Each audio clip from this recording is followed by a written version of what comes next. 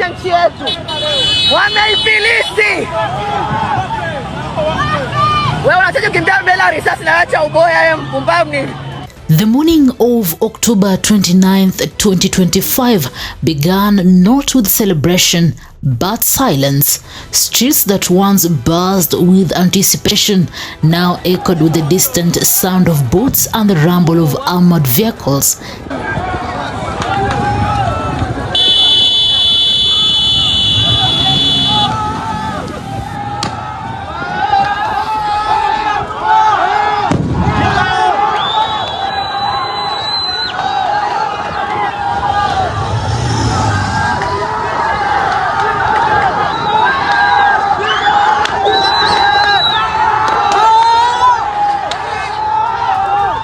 In Tanzania, voting had just begun, but many already believed the results were written long before a single ballot was cast.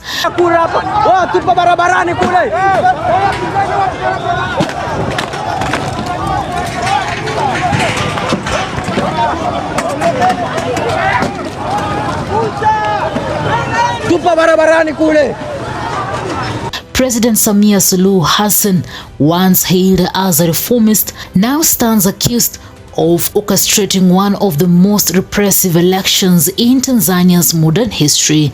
Her path to re-election has been cleared of all credible challenges. The opposition is crippled, the internet is throttled, and fear hangs thick in the air.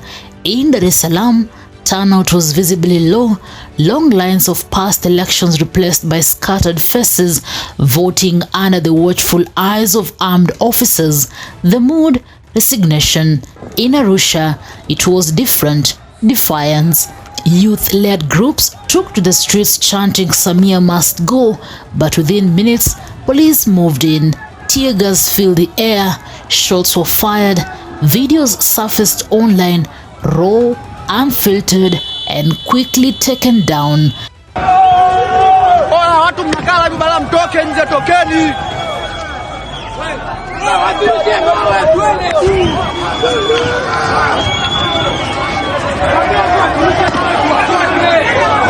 Nacheka ila naogopa.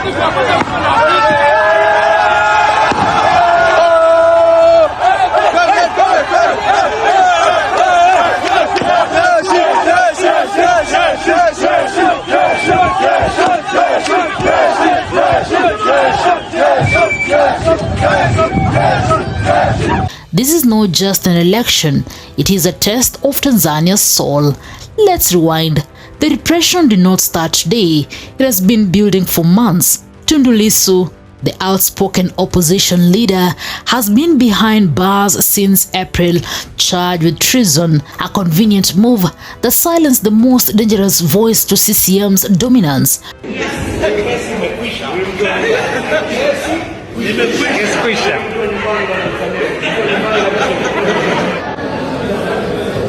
Luhaga Mpina, the ACT Wazalendo candidate, was struck off the ballot in August, accused of nomination irregularities. In short, no one credible was left to challenge President Samia. Human Rights Watch and Amnesty International say that more than 200 activists, journalists, and opposition figures have disappeared or been killed since 2019, many in the run-up to this very election. It is a pattern of intimidation designed to keep the people silent. But the silence is cracking. On social media, despite government bans, hashtags like hashtag #MO29 and hashtag Stop the Election exploded worldwide. Kenyans, Ugandans, and Rwandans shared clips of police violence and empty polling stations. It has become a digital rebellion, one that even internet blackouts could not suppress. Back in Salaam, young protester recorded himself saying, quote, "They took our leaders, they took our voices, but they cannot take our courage." That clip has now been viewed over 3 million times outside Tanzania.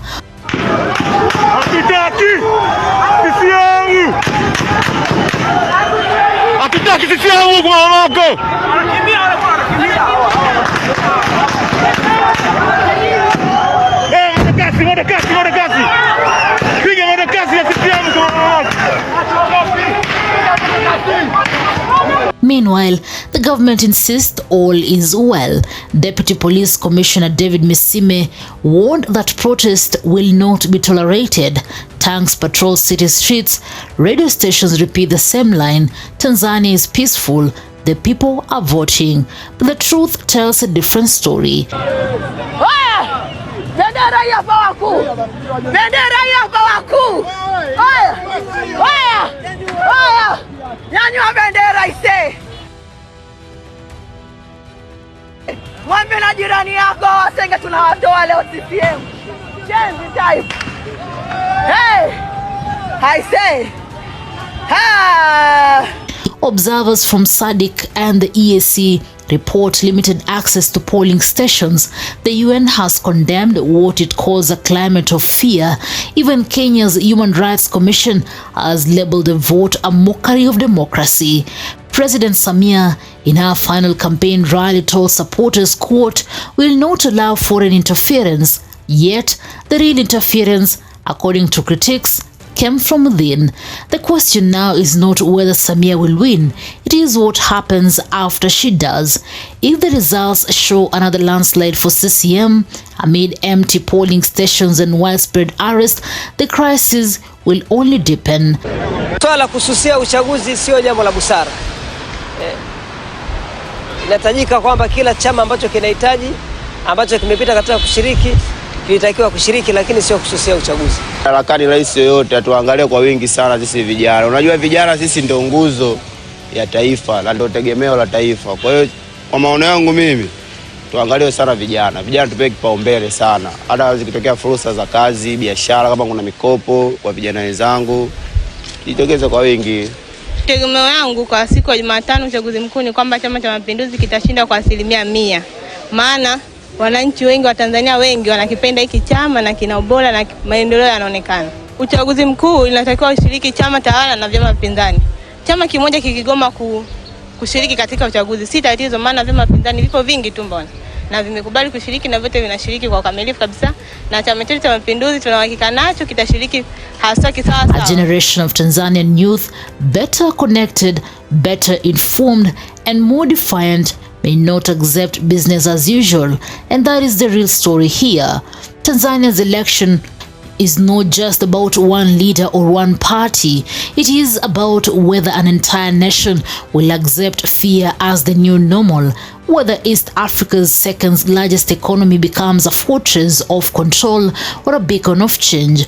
As votes continue to be counted and results loom, one thing is clear: whatever happens next will define Tanzania's political destiny for decades. This is not the end, it is the beginning of a reckoning. Newsroom, Maisha TV, Reader Kering Chubet.